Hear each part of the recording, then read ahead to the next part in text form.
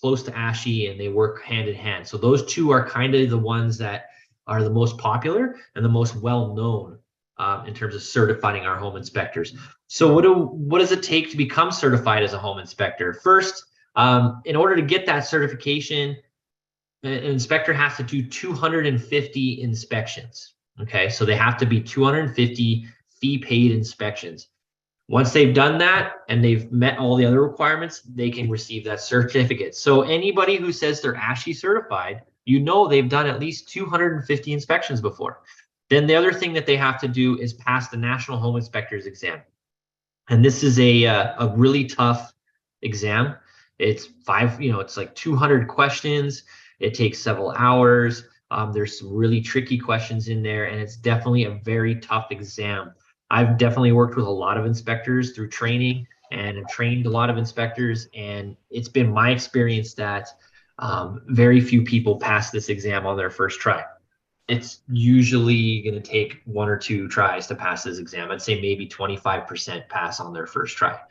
It is that hard. It is a very tough exam. So anybody who says they're ASHI certified has passed this test, and it's the National Home Inspectors exam. This is kind of that golden standard again when it comes to home inspector exams across the country. This is used across the country. A lot of states that do certify home inspectors require that they take this exam. Then the next thing that ASHI covers is standards of practice. So our home inspectors have to adhere to and follow the standards of practice that ASHI dictates. We all follow that. If there's ever a dispute in an inspection, it goes back to the standards of practice, right? That's what we inspect for. So if you ever have a question on what it is that those standards are, you can go to ASHI's website, American Society of Home Inspectors. You can go to their website, and they do have those standards listed there in great detail, going over what those standards are. The other thing that the inspectors have to abide is a code of ethics. ASHI has a code of ethics that we all have to follow, and we all have to abide by when performing our inspections. So they kind of lay out that roadmap on the standards, the code of ethics, and the knowledge and criteria that we have to know and understand as an inspector to perform a home inspection for you. And then lastly, they also, in order to maintain your membership with ASHI, you have to continually educate yourself. They have annual continuing ed, which happens every year. So every single year, the home inspectors are having to do at least 20 hours of study on a home inspection topic. Related topic, and their courses are run by ASHI. They have these courses, we take them, we do 20 hours. Usually inspectors are covering more advanced topics at this point. They're studying things, going into great detail about decks, like how to, what are all the details that go into decks. So they'll study things like that to really advance their knowledge, or new materials and new things that are coming out. There's lots of new construction methods that get developed, new materials that get developed, and we'll study courses on those in order to become familiar with that and keep us, in line with the ever-changing construction industry and home industry, because it is always changing. So that's why we always want to continue our education as home inspectors. Okay, so that's our education. That's everything there. Does anybody have any questions regarding a home inspector's qualifications and education before we move on?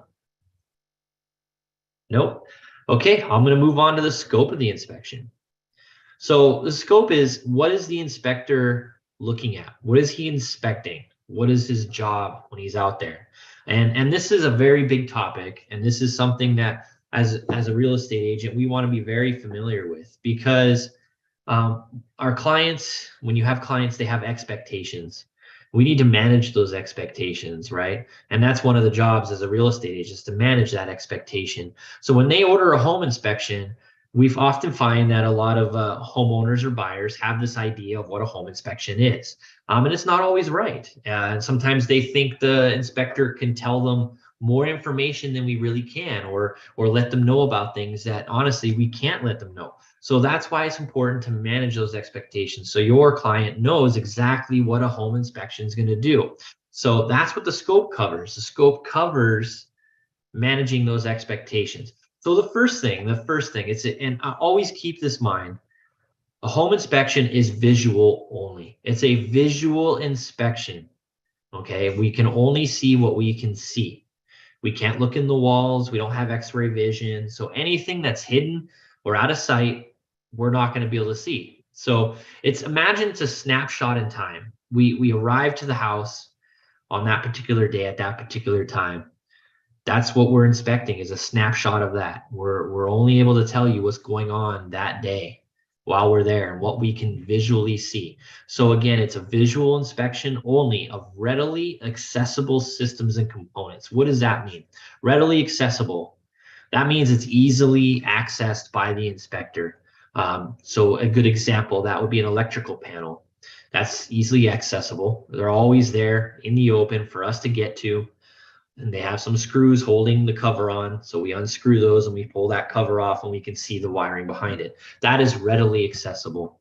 Okay. Our furnace, all of our furnaces have a cover on there that can be popped off pretty easily. Maybe we have to undo a couple of screws, but we can pull that cover off and look inside the furnace. That's readily accessible.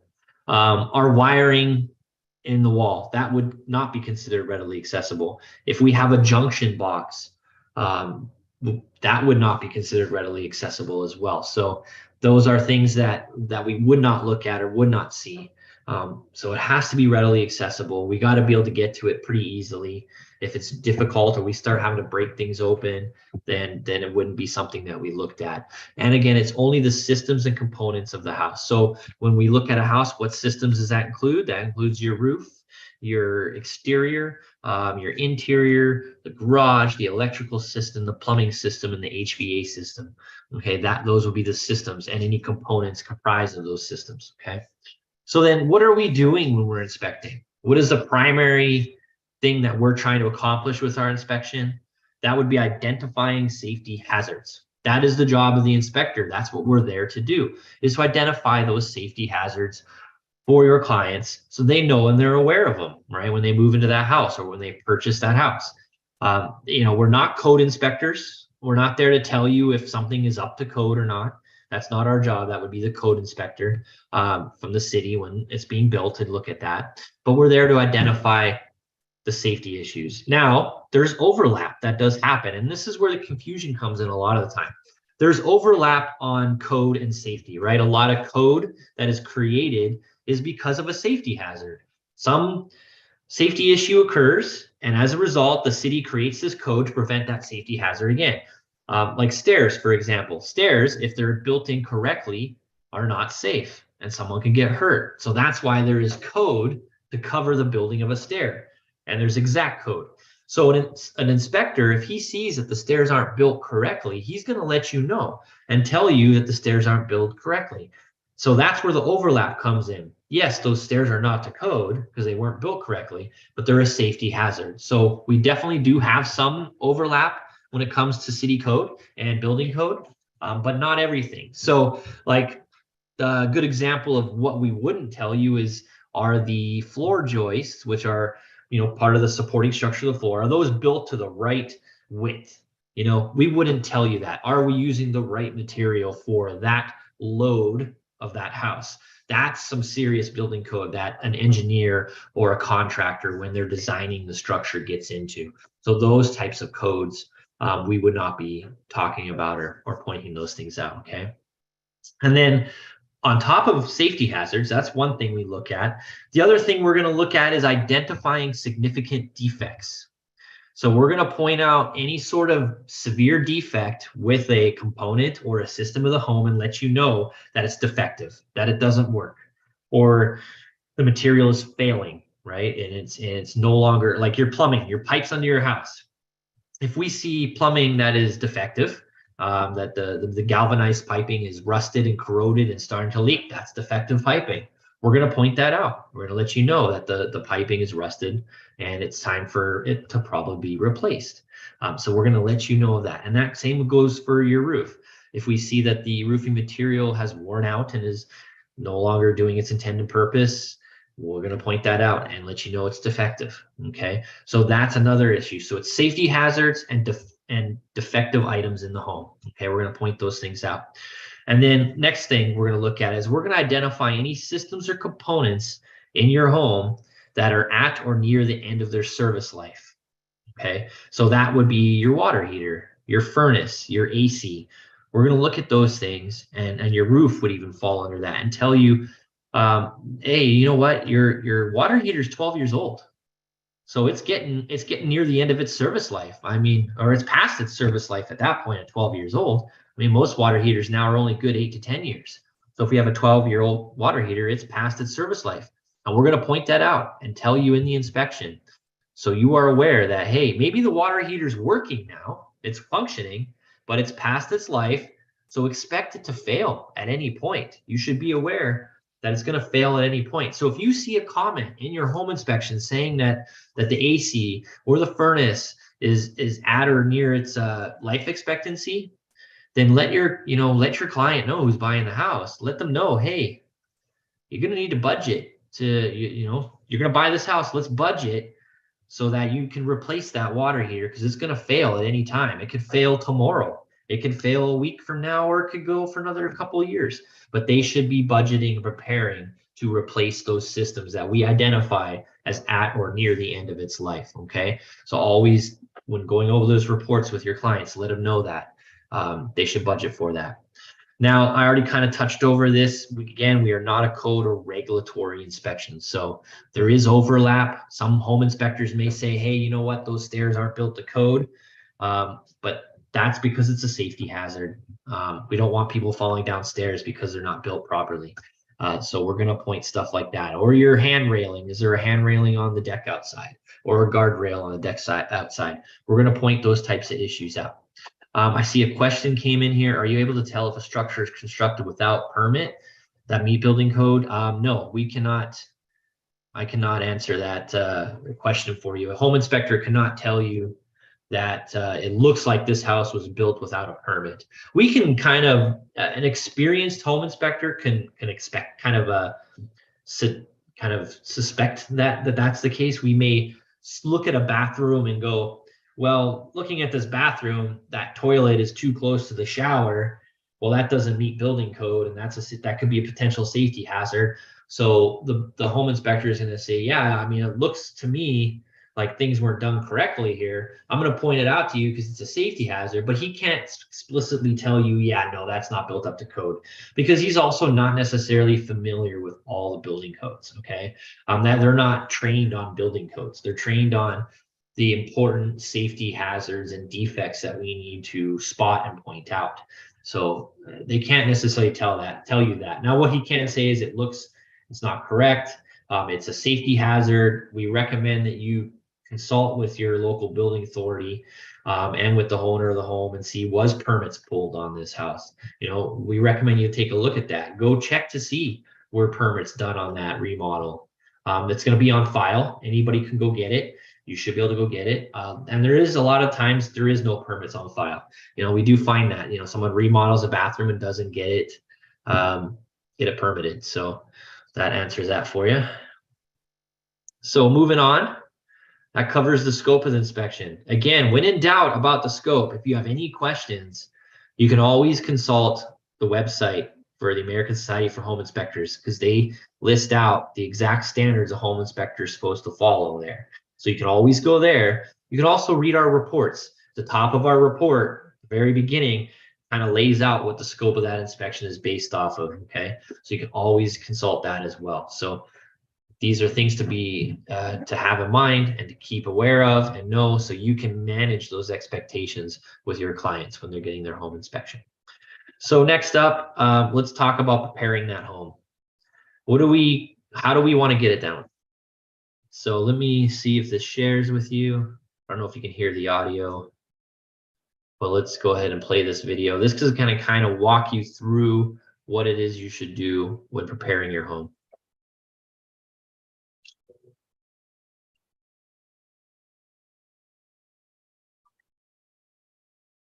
Thank you for choosing HomeGuard to inspect your home. Our inspections provide valuable documentation about the condition of your property, so it's critical that your home is ready for the team of inspectors to perform a thorough inspection when they arrive. This short video will guide you in the steps you need to take to prepare your home for our inspections. Have a plan to control pets to keep them out of the way of the inspection.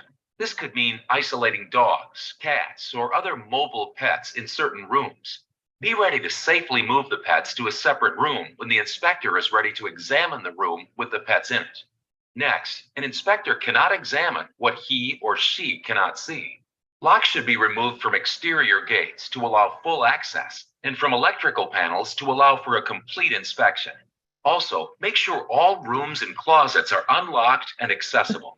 It's important to clear boxes and storage away from the walls in the garage and any other room used as storage to allow the inspector to examine the foundation or floor. Any room or space that the inspector cannot inspect due to storage will be noted as inaccessible on the inspection report.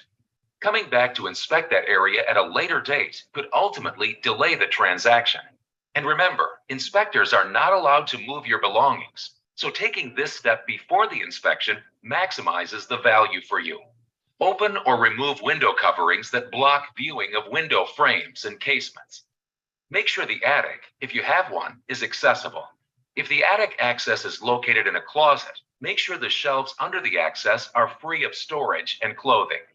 If the house has a crawl space underneath it, make sure it is easily accessible for the inspector. If the sub-area access is located in a closet, clear the space to allow the inspector entry underneath. If the sub-area access is outside, make sure to clear debris away from the access point. Next, confirm that the water, power, and gas services are turned on to the property. The inspector will check the working condition of most built-in appliances and fixtures, including heating, air conditioning, plumbing, and electrical systems. If the house has been vacant for some time, this is a critical step to take prior to the appointment to allow us to fully inspect all working aspects of the structure. In short, the more of the property we can see and test, the more accurate your report will be. Thank you again for choosing HomeGuard to conduct your inspections. So there you go. So that kind of goes over what we should do to get our, our homeowners ready for that inspection. And or if you're doing the inspection for the buyers, just make sure when you talk to the agent who is listing the home to really understand that the owners can really just make sure everything is accessible for us so that the inspectors can get everywhere they need to go, right? Because that's very important, because we want to complete the inspection the first time we come out for you. We don't want to have to add time or have to come back to take a look at a crawl space again. We want to avoid that as much as possible. So the best way is to ensure that we have access to all those areas, and there isn't anything that could prevent us from doing that. So that's really important and key. So you got that. So let's move on. If there's any questions about that, please let me know. We'll move on to limiting liability. Okay. This is an important topic, limiting liability, because that's really what the inspection report is all about, is limiting the liability for our clients and for your clients, right? When you order us, you're asking us to give you our professional opinion about that property, about that home, and we're going to find those issues and disclose those so that and then you can disclose that to any potential buyers down the road, or your buyer, if you have a buyer, gets that report and knows what they're getting into before they buy that house. So that's what it's all about. So what are some ways we can really make sure we limit that liability? And this is stuff that you should do as a real estate agent. And what's really important, if you walk away from this meeting today with me and this training, and if there's one thing that you can understand and just get the most and take home with you, is that limiting liability can be done by reading the entire report. It's very important to read the full report in its entirety.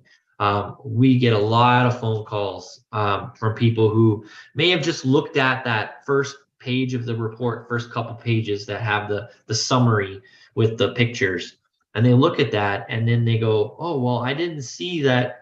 I didn't see that there was something about a light not working in the bedroom, and my light doesn't work in the bedroom, but I don't see it in the inspection. Well, something like a light being out is not going to necessarily be a major safety hazard or defect.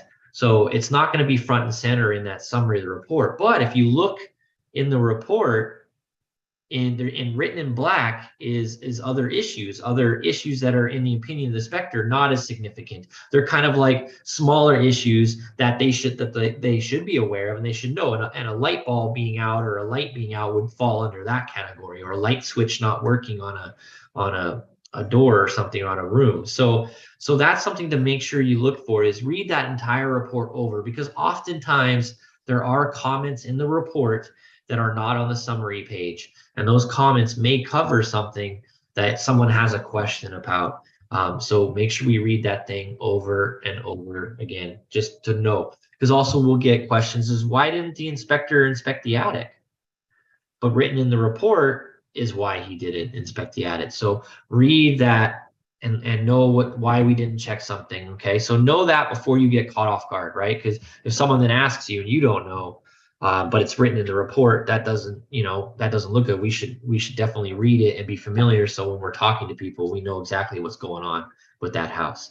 And then further inspections. That is another huge way to really, really, really limit liability, is to prevent further inspections. Now, ideally, the house is vacant. There's nobody living in the house. The house has been cleared out. Furniture's all gone. It's just a vacant, empty home. That is the best way to inspect the house, hands down, the best. But it's not always possible. And we know that, and we understand that.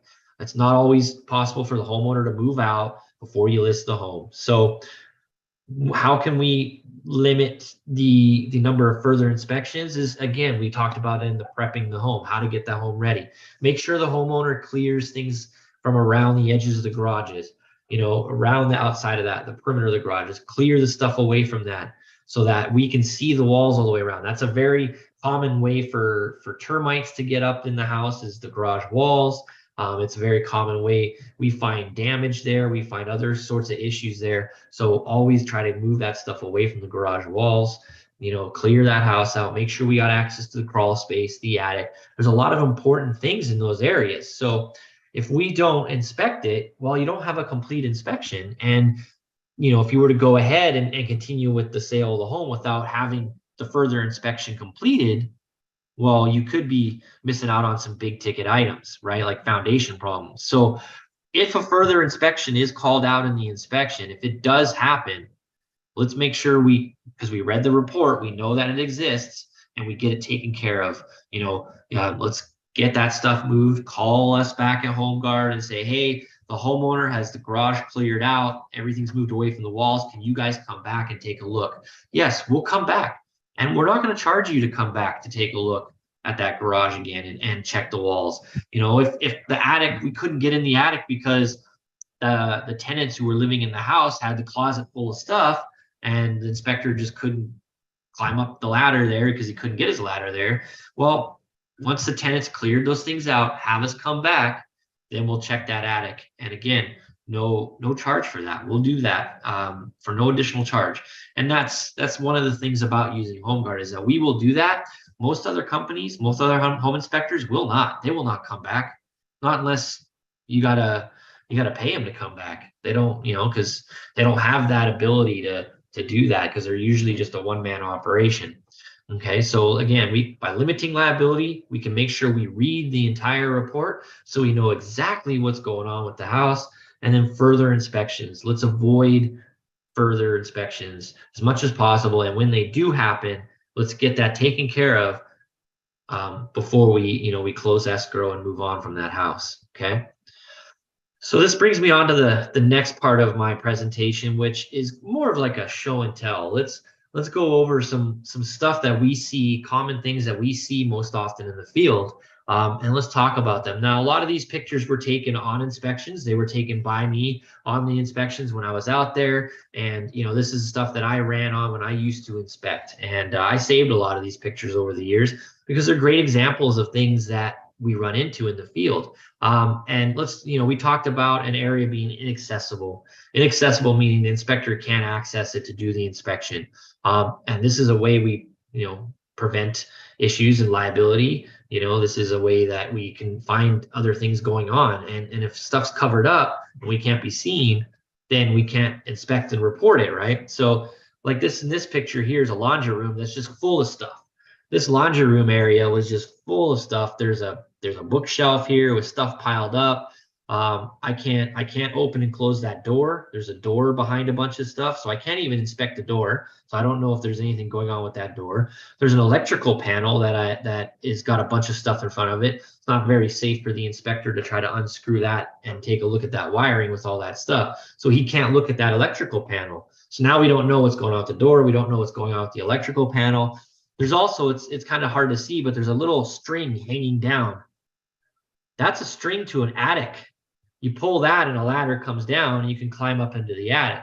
Now the inspector couldn't pull that ladder down because of all the stuff there. So they couldn't get up into the attic. So there was all kinds of stuff that the inspector could not check or see, all because of all that storage there in that laundry room. Okay. So this is where it's important to clear that stuff out. Now I know when we're listing homes and the homeowner's living there, we like to take a lot of the stuff in the house to make it look a little more bare bones, a little more presentable. And a lot of that stuff gets thrown into the garage, right? Because we're going to do an open house and we're going to have a presentation. We're going to do photos. So we're staging the home a bit more, right? So we're taking a lot of stuff and putting it in the garage. So when you do that, just be very mindful.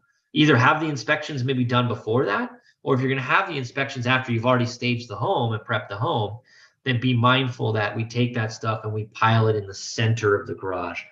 Put it in the very middle of the garage, not around the perimeter. That way the inspectors can see all the way around and get to everything, okay? So that's an interesting situation. Now the inspector on this inspection couldn't get into the attic, right? And why is it important to inspect the attic? So this next slide goes over that. This is actually a relatively new home. This picture was taken of a newer home built in the late, I think it was built 2012, 2014 or something like that. So it's a relatively new home. I go up in the attic, I look inside, and what do I see? I see broken trusses. These trusses are just straight up broken. And I mean, this was done when it was installed, because this is over in an area that you can't get to because of all that insulation. So the builder did this. This was done by the builder. I mean, I would assume this was done by the builder, because I don't see how else it would have happened, right? And a truss is very important. Trusses are pre-engineered, pre-manufactured. They're built off-site, brought in, already built, and then stuck onto the top of the building for your roof structure, right? So when they brought them in and they put them up, they broke, they closed it all up, hit it, and whoever the workers were didn't report it, they didn't say anything, and now we got some broken trusses. And to fix these, it's expensive. It's very expensive because you have to have an engineer get involved. You can't just have somebody come and pull this piece of wood out and put a new one in. Can't do that, not with a truss. You have to have an engineer look at it, and the engineer has to write out how to repair this, because they're all pre-engineered, right? So that's a very expensive fix. That's not cheap. That's going to run probably close to $10,000 just to fix that. So this is why it's important we get up in that attic and we look in the attic. And again, this is on a new house. Like, nobody would expect this on a relatively new house. You don't expect finding issues that will cost you $10,000 to fix. Okay, so again, this is why we're doing these inspections, right? To limit the liability. Garages, kind of touched over this with the laundry room. I mean, we see this all the time. This is so common for the inspectors to find garages just full of stuff. And in this picture, maybe a little difficult to see, but there's an electrical panel back there that is open. It doesn't even have a cover. It's just sitting there open. All that wiring is exposed, and the inspector can't even get over there to look at it. And not to mention, it's not safe to have your electrical panel sitting open like that. So that's definitely a safety hazard and an issue. And I'd like to look at that wiring, because I wouldn't be surprised if I find stuff going on with that wiring, especially if it's already open like that. Someone's been tinkering with it for some reason. So this is why we want to have garages accessible and areas to get in. You can see it's very cluttered. An inspector can't do anything with a garage full of stuff like that. It's just a write-off. I mean, you can't even really look at anything at that point. Okay, so let's try to avoid that as much as possible.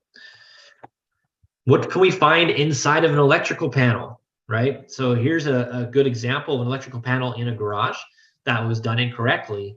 To most people, this might look fine and look okay, but it's actually not. There is an issue with it, and there is a big wire coming in here and it comes in and you can see 2 wires at that lug. Actually, you see these lugs have 2 wires. That is incorrect. That is wrong. And why is that wrong? Well, because there's no breaker. So they basically ran wire off of those lugs, which are electrified. There's electricity running through those lugs. That's the bus bar. We call that the bus bar. And they tapped in some wires and then ran it off to something. I don't know what it is. Those are pretty thick wires. So it could be another panel that's in the house. It could be an AC, an oven. It's going to be one of the bigger, more 240-volt circuits that they're running off of that. And there's no breakers to turn that off. So there's no way to shut power off to that, whatever that's going to, because there's no breakers. So if we have an issue, or if that equipment is malfunctioning and drawing more power than it should, there's no breaker to turn it off. And then it's going to overheat and burn and could cause a fire. So that's a big safety issue. Okay. We got to have breakers on things. There's a reason we have breakers. And those breakers are meant to trip when too much power is being pulled. That could cause the breaker to melt and cause a fire. So that's why we have breakers. So you can't just tie in extra wires. And that's something we see all the time. We see wires, people put 3 wires to 1 breaker. You can't do that because you're going to potentially pull more electricity than you need. It's going to trip all the time. It's going to overheat. So that's why we always point that out and we let them know. These are little things that could turn into bigger issues if not taken care of or fixed. So it's good to know. Other things we see in a garage. This is common. I see this all the time. This is an older garage. This garage was built probably in the 1930s, if I remember correctly. And we have, what do we see here? Knob and tube wiring. Very common in any house built pre-1940. You're going to find knob and tube wiring unless that entire house has been rewired. Okay. And maybe they said they rewired, but they didn't actually rewire in the walls. So you may still have knob and tube in your walls. So again, important to have the home inspection done so we can get up in the attic. We can go in the crawl space. We can see the garage because these are areas where we're going to see open framing. When we're in the inside of the house, everything's been plastered and drywalled. So you're not going to see inside the walls, but we can see the framing in the attic. We can see wiring there. We can see wiring often in the garage if they haven't put drywall there, and also the crawl space. And that's where we're going to find things like knob and tube. And we can tell you that the house has knob and tube still.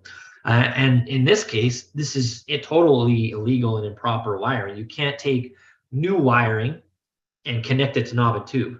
You can't do that. That's a safety hazard. We need to remove the knob and tube and put all new wiring, right? So this is a good one to find. We're able to tell the customer, hey, there's knob and tube in this house. So now they know I'm buying this house, there's knob and tube.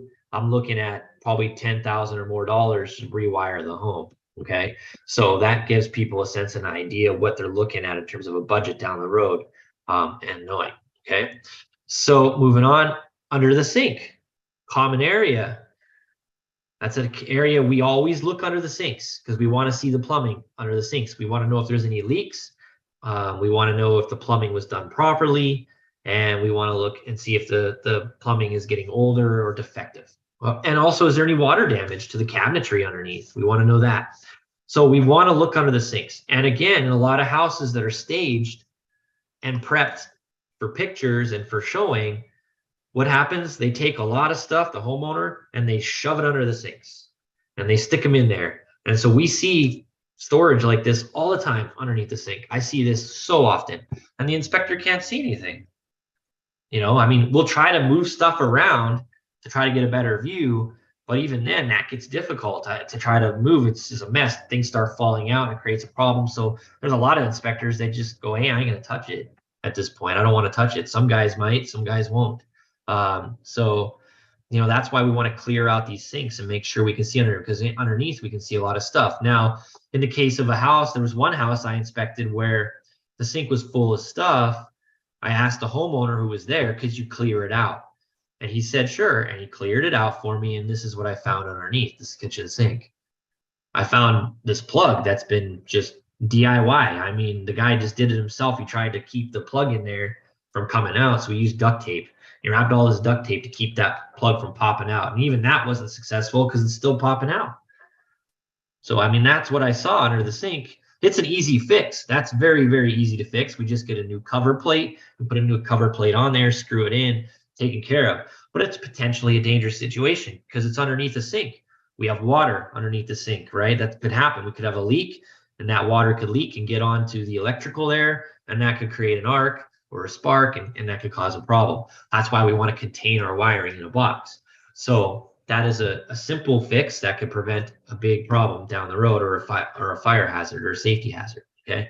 So always, again, we want to be able to look underneath those sinks and see what's going on.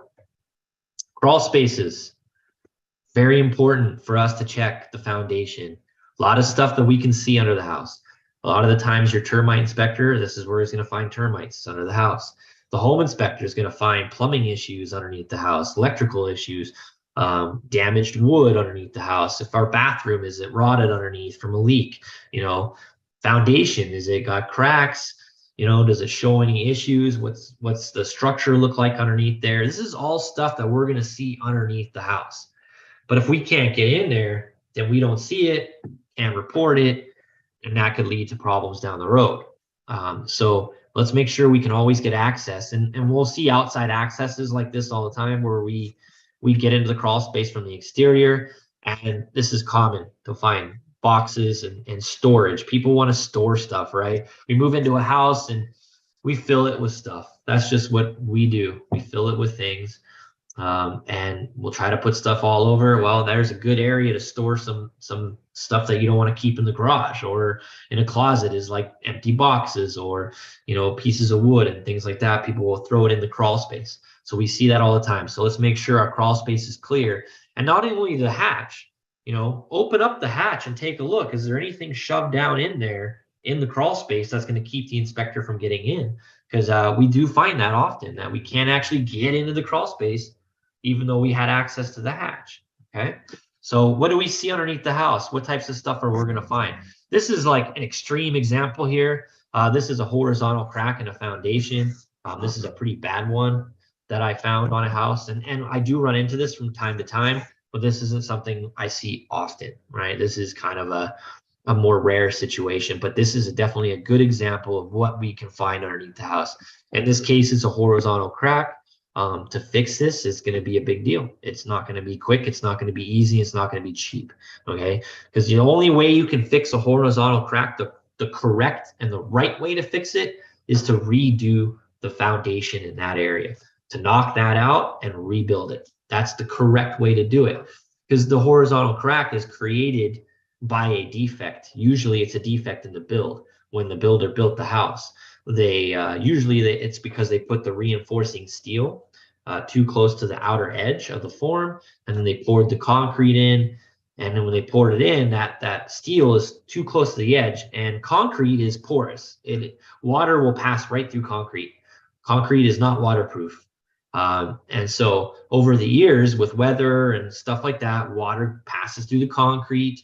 Over time, that reinforcing steel expands as it ages, and when it expands, it cracks the concrete all along in a horizontal line, along a parallel with the reinforcing steel. And that's how we get these cracks.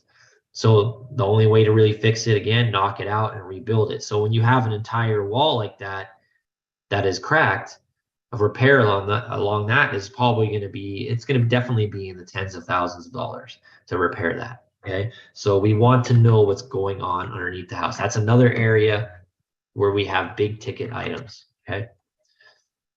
Another thing I can see in the crawl space, this is an easy fix, but it's important to know. I mean, we crawled under this house and I found a disconnected tub drain. The tub drain is not even hooked up. So every time they're taking a bath or shower, the water is just going right into the crawl space. That's a big mess. That's not a fun one to clean up or to mitigate. So, and that's an easy fix. Yeah, we can just reconnect that drain and problem solved.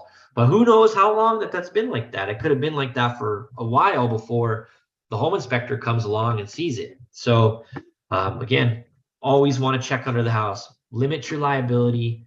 Make sure that the crawl space is inspected. Make sure the attic is inspected. The garage. All very important areas to inspect. So if you see that it says, if the inspector writes in his report, it was inaccessible, make sure you follow it up. Don't leave it for later. Follow it up. make sure the home inspector can come back, take care of whatever it was that prevented the home inspector from getting in there, take care of it. Usually it's storage, things in the way, preventing access, and then get us in there, have us come back free of charge. We'll take a look at it. We can find these things for you. So you know exactly what's going on. And again, it's all about limiting your liability. So just a quick recap, because I'm just about done here. Again, make sure your inspector is ASHI certified, right? ASHI. Lots of organizations out there. Ask them, if you ever use a home inspector and it's not us, ask them what their credentials are. What are you certified by? Who is the organization that certifies you? And make sure that they're certified correctly, because some of those organizations have a lot lower standards than ASHI, okay? So I always recommend ASHI. And then again, advise your client that a home inspection is a visible inspection only, right? Visible inspection only of hazards, defects, and the defects of systems and components, right? Any defective systems, defective components, and any safety hazards. That's what we're going to report. And then make sure you do help your client prepare for that inspection. We want to avoid further inspections at all costs. So we'll have them prepare that home for that inspection by getting us access to all those crucial areas. And this is going to limit your liability by doing that, right? And then lastly, when you do get that report, after it's been done by the inspector and you receive that report from us, please read the entire report front to back. Read all the fine print too, because the more time, you read that fine print, you will learn stuff too. You're going to learn things about what the home inspector can and cannot do, because it's going to be written in there in detail for you. So make sure you read that report. Is there any questions for me about home inspections? I really appreciate the time, and any questions, now is a good time to ask. They have me for anything that you may have run into in the past. Let me go ahead and stop sharing my screen. Any questions, guys? Thank you so much, Travis. You're welcome. Absolutely. Don't forget to also follow us on social media. There's a lot of great resources on our website that you can utilize, just like that video that Travis shared earlier with us. And you can connect with us on Facebook, on Instagram as well. If there's no other questions, we just want to thank you for spending your time with us today. And please reach out if there's any. I do want to ask a question about Sure. foundation. I see on your presentation that you show us the horizontal crack. What about a vertical crack? Is it much easier to fix on a vertical crack than a horizontal one? Yeah, that's a good question. A vertical crack, yes, is much easier to repair. It's definitely much easier to repair, because you don't necessarily have to break out the foundation wall to repair a vertical crack. A lot of the times we can fill it with epoxy. What the contractor is going to do is just take a really, really good epoxy. He's going to inject it into the crack. That's going to harden and kind of hold it together. And that's what they do for most of the little cracks, the little vertical ones, is they're just injecting epoxy in there and then covering it with epoxy. If it gets bigger, it's bigger, provided the foundation hasn't shifted or moved. A lot of the times what they can do is strap it. So they'll inject the epoxy, and then they're going to put some metal straps across and then bolt that into the foundation to give it a little more strength there. They're going to strap it and inject epoxy. So those are much easier to fix. I do encourage you to fix those when you do encounter them. Do have a foundation guy come out and check them, because a lot of the times when we find them, they're smaller. They can get larger over time. And the biggest thing you want to rule out is their movement in the foundation. Is my foundation shifting or moving where the cracks are? That's what we want to rule out and we want to see, because if we have shifting happening there, that means the break is through and through, and we got a bit of a more problem there that we need to take care of. We don't want to have that. So that's why it's important to get the foundation guy out, because our inspectors can't tell you just by looking at a crack if necessarily if the house is shifting and moving, unless it's really bad. If it's a really bad crack and we can see there's a shift, then yeah, we can kind of let you know, hey, it looks like your foundation is shifting and moving. So, but in most cases, we can't tell. The foundation guy, he's going to do all the measurements. He's going to check your measurements. He's going to check the soils. He's going to look at all that stuff to let you know what's going on. So, important to have those checked. So basically, when you guys did an inspection and when you recommend a foundation engineer to check foundation, then we should get that just on the safe side. Absolutely. Absolutely. And that's all the home inspector is doing. The home inspector is, think of the home inspector as your general physician. When you go to your general doctor who does your yearly physical, they look you over, they see something. Now they're just a general physician, so they may not know exactly what to do with that. So what do? They refer you to the specialist. They tell you, go see the endocrinologist, go see the gastroenterologist for that.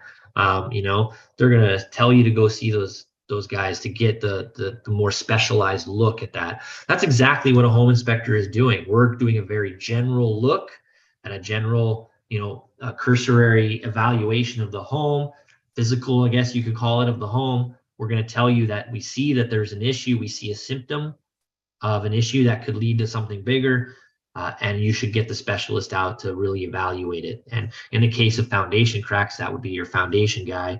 A lot of the times they're engineers. They'll come out and they'll take a look. With electrical or plumbing, we may see electrical issues. We see plumbing issues. We say, hey, get the plumber out.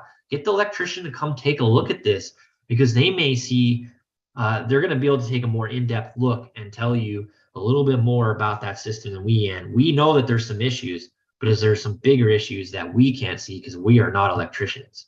And that's why we always recommend you have those guys come out and look after we find those problems. Okay.